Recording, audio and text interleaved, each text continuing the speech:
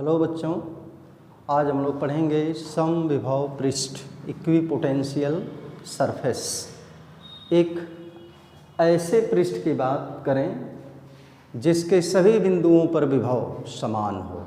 सम यानी बराबर, विभव पोटेंशियल यानी एक ऐसे पृष्ठ की बात करें जिसके सभी बिंदुओं पर विभव की वैल्यू बराबर हो, समान हो, वह समविभव पृष्ठ कहलाएगा। किसी वैद्युत क्षेत्र में इसकी डिफिनीशन बनाते हैं तो इसमें लिखते हैं किसी वैद्युत क्षेत्र में खींचा गया वह पृष्ठ जिसके सभी बिंदुओं पर विभव समान यानी बराबर हो उसे समविभव पृष्ठ कहते हैं। परीक्षाओं में 1 नंबर में इम्पॉर्टेंट है आया ये कि समविभव पृष्ठ क्या कहलाता है। तो वैद्युत क्षेत्र में खींचा गया वह पृष्ठ जिसके सभी बिंदुओं पर वैद्युत विभव बराबर हो, समान हो, उसे समविभव पृष्ठ इक्विपोटेंशियल सरफेस कहते हैं। अब समविभव पृष्ठ कैसे खींचा जाएगा, एक हम बात कर लेते हैं। कोई आवेश ले लें, कोई आवेश जैसे हमने माना ये आवेश प्लस क्यू। इसके लिए हम जानते हैं कि ये आवेश अपने चारों ओर वैद्युत क्षेत्र बनाएगा। इस वैद्युत क्षेत्र में एक ऐसे पृष्ठ की बात करें जिस पर विभव समान हो तो वह पृष्ठ समविभव पृष्ठ बनेगा। अच्छा, हम प्लस क्यू आवेश से स्मॉल आर दूरी पर कोई बिंदु ले लें, प्लस क्यू आवेश से स्मॉल आर दूरी पर कोई बिंदु लें तो स्मॉल आर दूरी का यह बिंदु, स्मॉल आर दूरी पर स्थित ये बिंदु पर कुछ विभव होगा। इस प्लस क्यू आवेश से पुनः स्मॉल आर दूरी पर एक बिंदु ले लें तो उस बिंदु पर विभव का मान जितना यहाँ होगा उतने यहाँ होगा। इस प्लस क्यू आवेश से स्मॉल आर दूरी पर यहाँ विभव निकालें तो उतना ही विभव होगा जितना कि इन बिंदुओं पर है। इस बिंदु पर भी विभव उतना ही होगा, इस बिंदु पर विभव उतना ही होगा। अगर इन बिंदुओं से होकर के जाने वाला एक पृष्ठ खींचा जाए तो ये पृष्ठ हमको कैसा मिलेगा? ये पृष्ठ हमको एक गोले के रूप में मिलेगा, एक गोलीय इस तरह से। तो समविभव पृष्ठ क्या हो गया? आर त्रिज्या का एक जो गोला बनेगा उस गोले के पृष्ठ के सभी बिंदुओं पर विभव का मान बराबर होगा तो ये पृष्ठ कैसा है? समविभव पृष्ठ है। यानी कोई प्लस क्यू आवेश है तो इस प्लस क्यू आवेश को केंद्र मानकर आर त्रिज्या का एक गोला खींचें तो उस गोले के सभी बिंदुओं पर वैद्युत विभव का मान समान आएगा, इसलिए वह गोला एक समविभव पृष्ठ को प्रदर्शित करेगा। अब त्रिज्या चाहे जो भी हो, त्रिज्या छोटी ले लें तो ये एक यहाँ से समान दूरियों पर सभी बिंदुओं पर विभव का मान बराबर तो ये समविभव पृष्ठ बन गया। त्रिज्या को बढ़ा दें तो ये भी जो बना एक ये समविभव पृष्ठ बना। त्रिज्या को और बढ़ा दें तो ये भी जो बना ये एक समविभव पृष्ठ बना। तो इस प्लस क्यू आवेश के कारण ये कई प्रकार के गोलीय पृष्ठ खींच करके हम समविभव पृष्ठ की बात को समझ सकते हैं। तो ये सभी के सभी क्या है? समविभव पृष्ठ है। प्लस क्यू आवेश के कारण ये समविभव पृष्ठ बना। अब बात यह है कि जब ये समविभव पृष्ठ है, यदि ये समविभव पृष्ठ है, समविभव पृष्ठ है तो इसके इस बिंदु पर, इस बिंदु पर, इस बिंदु पर, इन सभी बिंदुओं पर विभव का मान बराबर है तो इन दो बिंदुओं के बीच में, ए और बी बिंदुओं के बीच में विभवांतर क्या होता है? 0। समविभव पृष्ठ पर स्थित किन्हीं दो बिंदुओं के बीच वैद्युत विभवांतर 0 होता है। बहुत इंपॉर्टेंट पॉइंट है कि समविभव पृष्ठ पर किन्हीं दो बिंदुओं के बीच वैद्युत विभवांतर 0 होता है। वैद्युत विभवांतर ए और बी पर वैद्युत विभवांतर अगर VA माइनस VB है तो इसका मान 0 होता है, ऐसा हमने कहा। वैद्युत विभवांतर की परिभाषा कहती है किसी आवेश को एक बिंदु से दूसरे बिंदु तक ले जाने में किया गया कार्य और आवेश का अनुपात उन बिंदुओं के बीच का वैद्युत विभवांतर कहलाता है। यदि प्लस Q0 आवेश को A से B तक ले जाने में किया गया कार्य W तो W और Q0 का अनुपात A और B के बीच का वैद्युत विभवांतर VA माइनस VB के बराबर होगा। इसलिए VA माइनस VB को W बाई Q0 लिख सकते हैं और इसका मान तो 0 है। इससे निकलता है कि W बराबर 0, अर्थात समविभव पृष्ठ पर किसी आवेश को एक बिंदु से दूसरे बिंदु तक ले जाने में किया गया कार्य शून्य होता है, लेकिन यह केवल तभी सत्य है जब आवेश को वैद्युत क्षेत्र के अभिलंबवत ले जाया जाए। अभिलंबवत का मतलब यहाँ पर आया, ये क्या चीज़ है? तो ये हम जानते हैं, एक पॉइंट इसमें यह भी याद हम करते हैं कि समविभव पृष्ठ के प्रत्येक बिंदु पर वैद्युत बल रेखाएं पृष्ठ के लंबवत गुजरती हैं। यानी यहाँ प्लस क्यू आवेश के कारण जो वैद्युत बल रेखा चलती है वो ऐसे चलती है, इस तरह से ये वैद्युत बल रेखाएं चलती हैं, ये वैद्युत बल रेखाएं हैं ऐसे, और ये वैद्युत बल रेखाएं समविभव पृष्ठ के प्रत्येक बिंदु पर अभिलंबवत होती हैं, ये 90 डिग्री पर होती हैं। ये वैद्युत क्षेत्र की दिशाएं हैं, ये हैं वैद्युत क्षेत्र, ये वैद्युत क्षेत्र रेखाएं हैं ऐसे।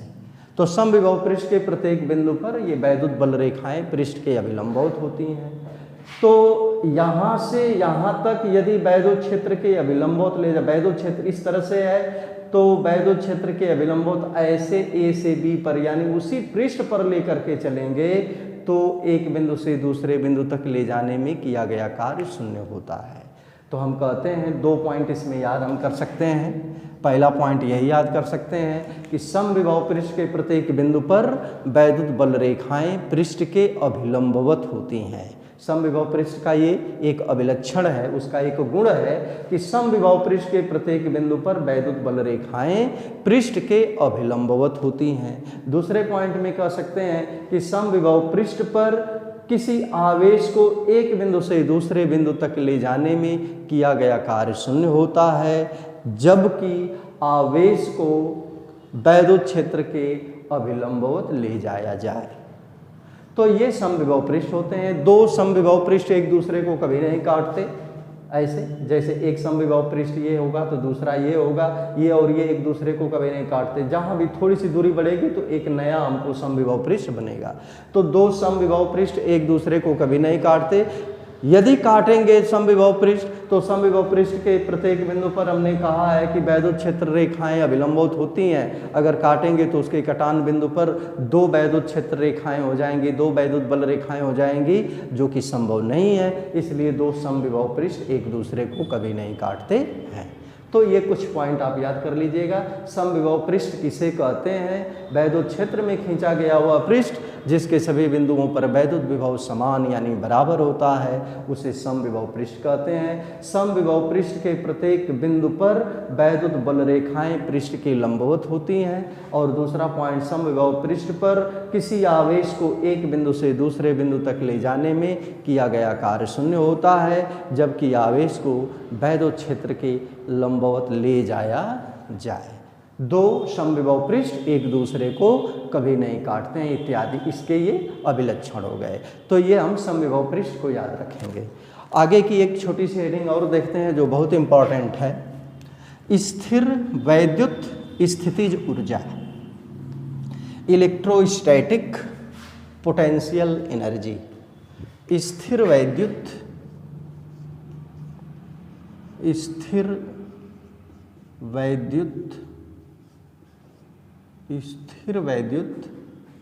स्थितिज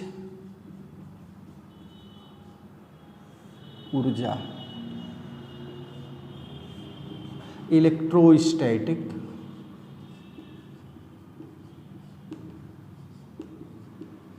पोटेंशियल एनर्जी। ये देखें, स्थितिज ऊर्जा है electrostatic potential energy. Potential energy की बात हम बार बार करते हैं, स्थितिज ऊर्जा की बात करते हैं। स्थितिज ऊर्जा हमेशा किए गए कार्य के बराबर होती है।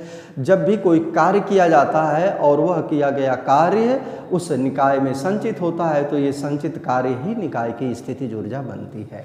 तो यहाँ पर हम स्थितिज ऊर्जा की बात करेंगे। स्थिर वैद्युत स्थितिज ऊर्जा, आवेश के बारे में हम पढ़े हैं, आवेश से परिचित हैं।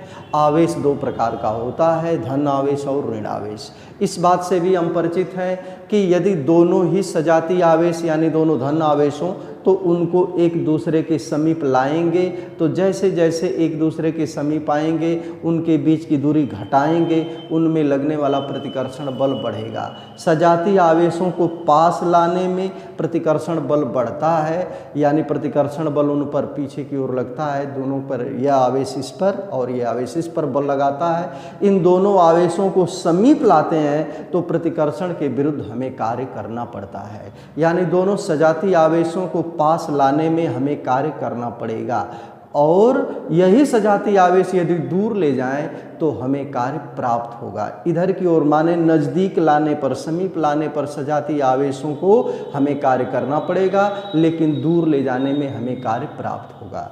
इसके विपरीत यदि विजातीय आवेश की बात करते हैं, एक धन आवेश हो जाए, एक ऋण आवेश हो जाए, एक धन और एक ऋण, उनको पास लाएंगे तो स्वतः आएंगे, यानी हमें कार्य प्राप्त होगा, लेकिन दूर ले जाएंगे तो हमें कार्य करना पड़ेगा। तो जब दो आवेशों को एक दूसरे के समीप लाएंगे तो समीप लाने में हमें कार्य करना पड़ता है। दो आवेश Q1 Q2 बहुत दूरी पर है, उनको समीप लाए, एक को यहाँ पर लाए, एक को यहाँ पर लाए, लाने में हमें जो भी कार्य करना पड़ेगा वही कार्य उस निकाय की स्थितिज ऊर्जा बनेगी। तो एक उदाहरण से, एक हम चित्र के द्वारा ऐसे समझने का प्रयास करें। एक आवेश का निकाय मानते हैं, दो बिंदु आवेशों से एक निकाय बना है, एक निकाय का नाम हम AB रख लेते हैं। AB एक निकाय जो दो आवेशों से मिलकर के बना है, प्लस Q1 और प्लस Q2 R दूरी पर स्थित हैं निर्वात या वायु में।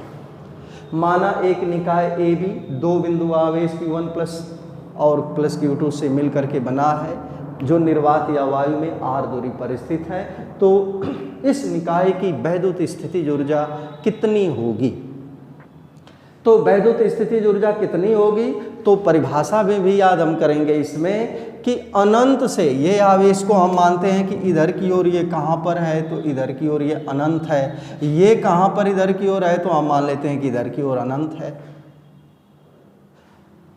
तो दो या दो से अधिक आवेशों के निकाय की वैद्युत स्थितिज ऊर्जा किसके बराबर होती है? अनंत से उन आवेशों को परस्पर समीप लाकर निकाय की रचना करने में किए गए कार्य के बराबर होती है। अनंत से इन आवेशों को परस्पर समीप लाकर निकाय की रचना करने में किया गया कार्य इस निकाय की वैद्युत स्थितिज ऊर्जा कहलाती है। तो दो या दो से अधिक आवेशों के किसी निकाय की वैद्युत स्थितिज ऊर्जा किसके बराबर होती है? उन आवेशों को अनंत से परस्पर समीप लाकर निकाय की रचना करने में किए गए कार्य के बराबर होती है। इसे निकाय की वैद्युत स्थितिज ऊर्जा कहते हैं। तो इस निकाय की वैद्युत स्थितिज ऊर्जा ज्ञात करने के लिए दो लाइन का बड़ा इंपॉर्टेंट छोटा सा एक डेरिवेशन बनेगा। हम जानना चाहते हैं कि इन Q1 Q2 आवेशों से मिलकर जो बना निकाय AB है, इस निकाय की वैद्युत स्थितिज ऊर्जा क्या होगी, उसका सूत्र क्या होगा। इसके लिए करेंगे क्या, हम मान लिए बिंदु A पर Q1 आवेश है, R दूरी पर स्थित कोई बिंदु B है जहाँ Q2 आवेश स्थित है। तो इस निकाय की स्थितिज ऊर्जा ज्ञात करना है। इस निकाय की स्थितिज ऊर्जा ज्ञात करने के लिए सर्वप्रथम मानेंगे कि आवेश Q2 बिंदु B पर न होकर के अनंत पर रखा है, यानी ये आवेश यहाँ पर नहीं है। कहाँ पर है आवेश ये Q2? अनंत पर है। तो यदि अनंत पर Q2 आवेश है तो जान सकते हैं कि प्लस Q1 आवेश के कारण R दूरी पर स्थित बिंदु B पर विभव का मान क्या होगा। तो प्लस Q1 आवेश के कारण R दूरी पर स्थित बिंदु B पर विभव होगा कैपिटल V बराबर 1/4 पाई एप्सिलॉन 0 आवेश Q1 है बटे दूरी R। आवेश Q1 के कारण बिंदु B पर विभव का मान V बराबर इतना होगा। तो यहाँ पर विभव की वैल्यू तो जान गए कि विभव भी हो गया। अब विभव की परिभाषा से, वैद्युत विभव की परिभाषा से, परिभाषा कहती है किसी बिंदु पर वैद्युत विभव का मान क्या होता है, वैद्युत क्षेत्र में कोई बिंदु B है, यहाँ पर वैद्युत विभव भी है, तो V की वैल्यू क्या होती है? तो वैद्युत विभव की परिभाषा कहती है अनंत से किसी परीक्षण आवेश को या अनंत से किसी आवेश को बिंदु B तक लाने में किए गए कार्य और परीक्षण आवेश के अनुपात को इस बिंदु पर वैद्युत विभव कहते हैं। यानी बिंदु B पर वैद्युत विभव V का मान क्या होता है?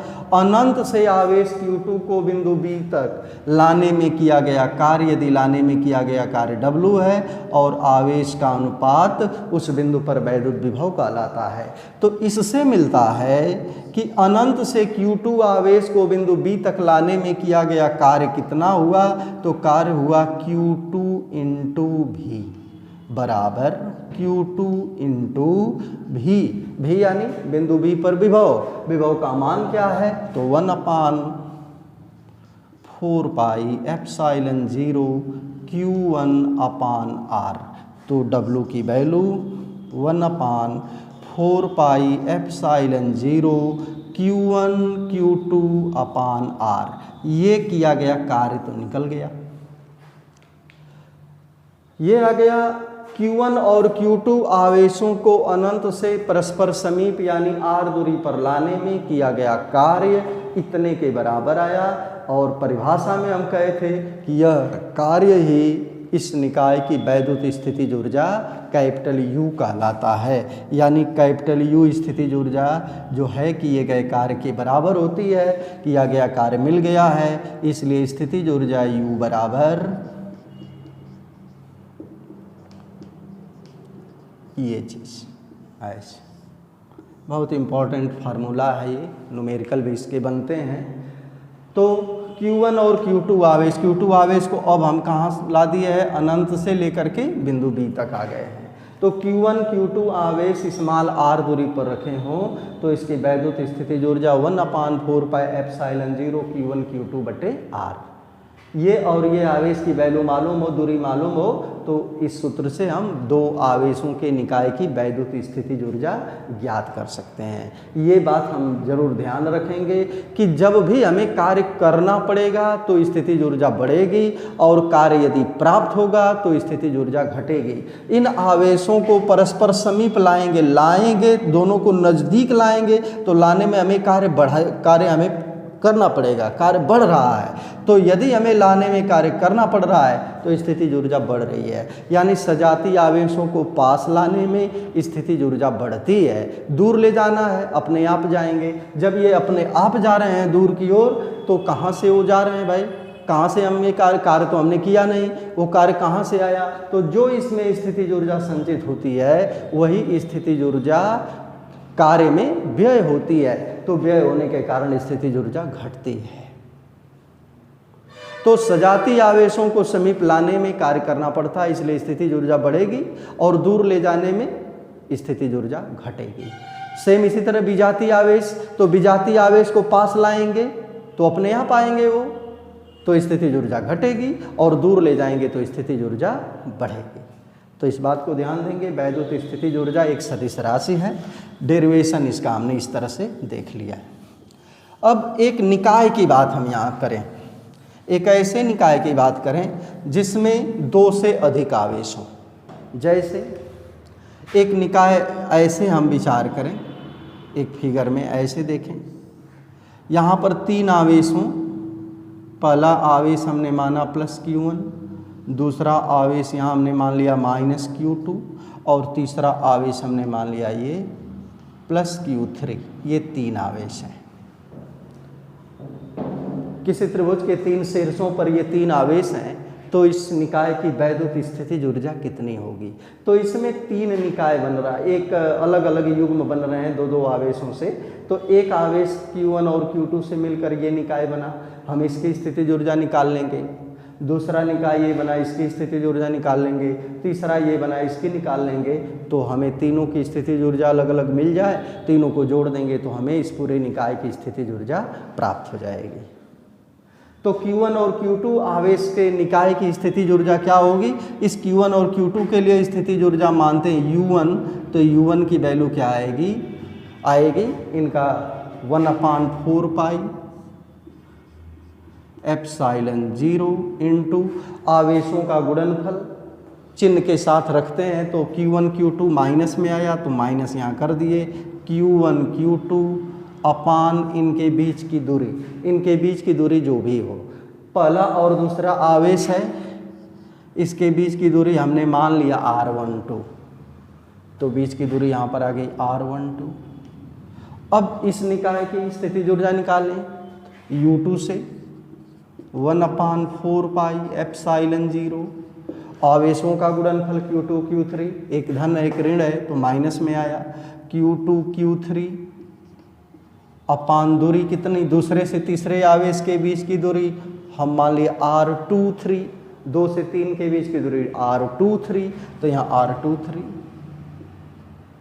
और तीसरे निकाय की U3 बराबर इसके लिए तो 1/4 पाई एप्सिलॉन 0 और Q1 Q3 अपान R13 या Q3 Q1 ऐसे करें तो R31 ऐसे लिखते हैं।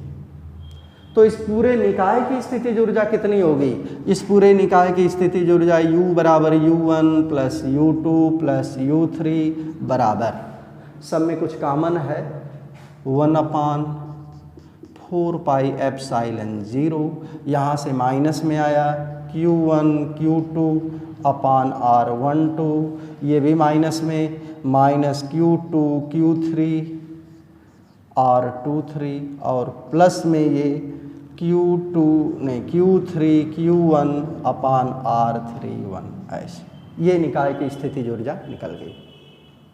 तो स्थिर वैद्युत स्थितिज ऊर्जा है, दो आवेशों को अनंत से परस्पर समीप ला करके निकाय की रचना करने में जो कार्य होता है उसे निकाय की स्थिर वैद्युत स्थितिज ऊर्जा कहते हैं।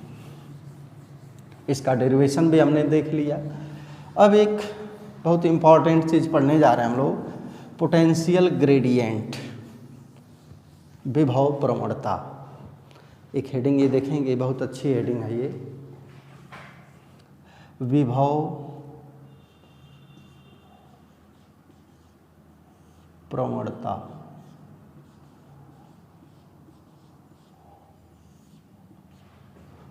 और इसी के साथ में विभव प्रवणता तथा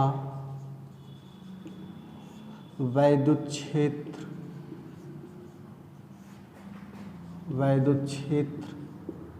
की तीव्रता में संबंध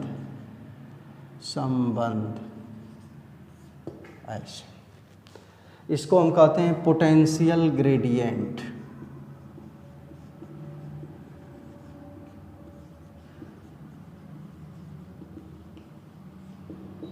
पोटेंशियल ग्रेडियंट, इसको बोलेंगे relation between potential gradient and intensity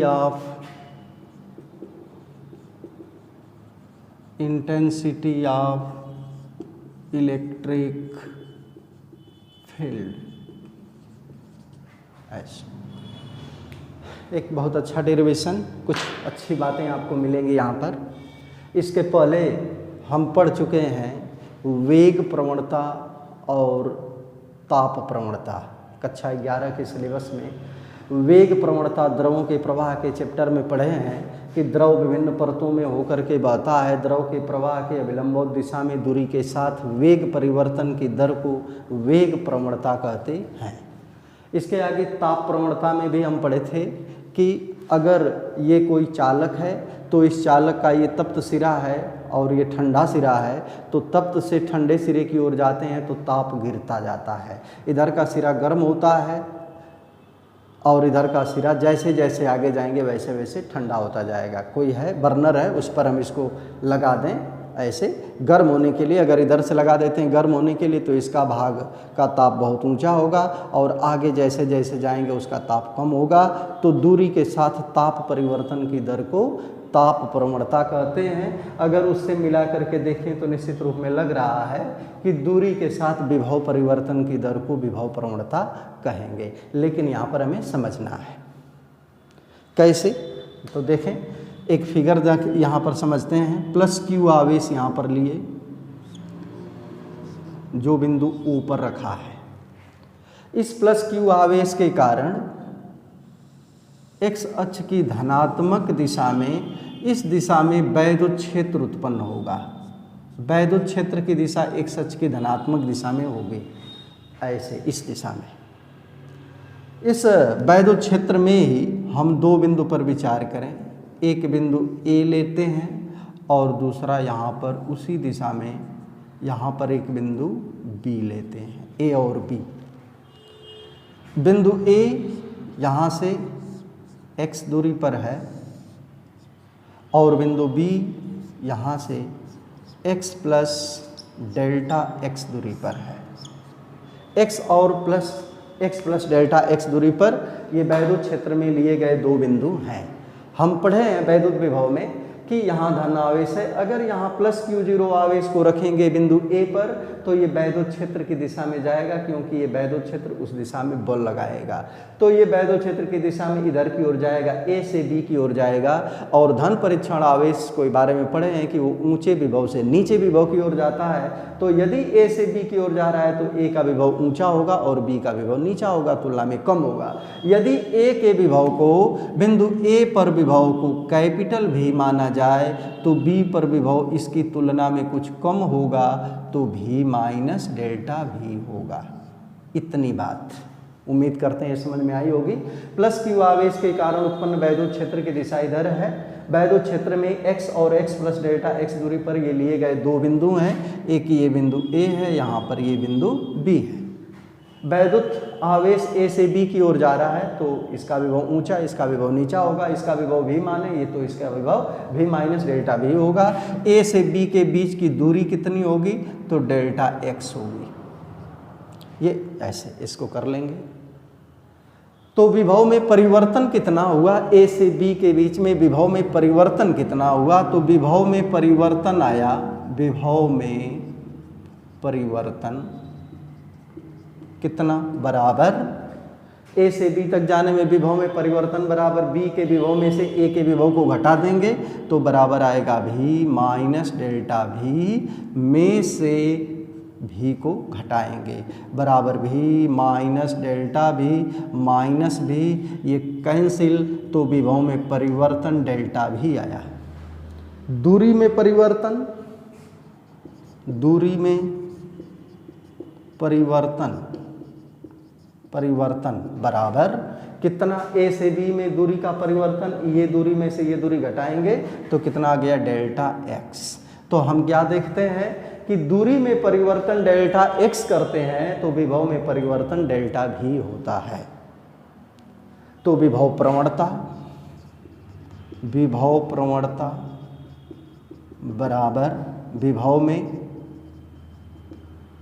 में परिवर्तन बटे दूरी में परिवर्तन। तो विभव में परिवर्तन कितना, माइनस डेल्टा V बटे डेल्टा x। इसी को क्या कहते हैं, विभव प्रवणता। ऐसे याद कर लें परिभाषा के रूप में, वैद्युत क्षेत्र की दिशा में दूरी के साथ विभव परिवर्तन की दर को विभव प्रवणता कहते हैं। वैद्युत क्षेत्र की दिशा में दूरी का परिवर्तन करेंगे, जैसे जैसे दूरी बढ़ेगी विभव का मान घटेगा, तो दूरी के साथ विभव परिवर्तन की दर को विभव प्रवणता कहते हैं। वैद्युत क्षेत्र की दिशा में दूरी के साथ विभव परिवर्तन की दर को विभव प्रवणता कहते हैं। विभव प्रवणता का सूत्र माइनस ऑफ डेल्टा V बटे में डेल्टा x आया। माइनस चिन्ह ये संकेत करता है कि वैद्युत क्षेत्र की दिशा में आगे बढ़ने पर वैद्युत विभव का मान घटता है। तो ये विभव प्रवणता की बात आ गई। विभव प्रवणता का मात्रक हम देखना चाहें तो विभव प्रवणता का मात्रक ऊपर डेल्टा भी है तो वोल्ट में आएगा, और डेल्टा x दूरी है तो दूरी का मात्रक मीटर में, तो विभव प्रवणता के लिए मात्रक बनेगा वोल्ट प्रति मीटर। तो इस विभव प्रवणता को आप ध्यान से देखेंगे। अगले दिन आपको विभव प्रवणता और वैद्युत क्षेत्र की तीव्रता के संबंध के बारे में बताया जाएगा। धन्यवाद।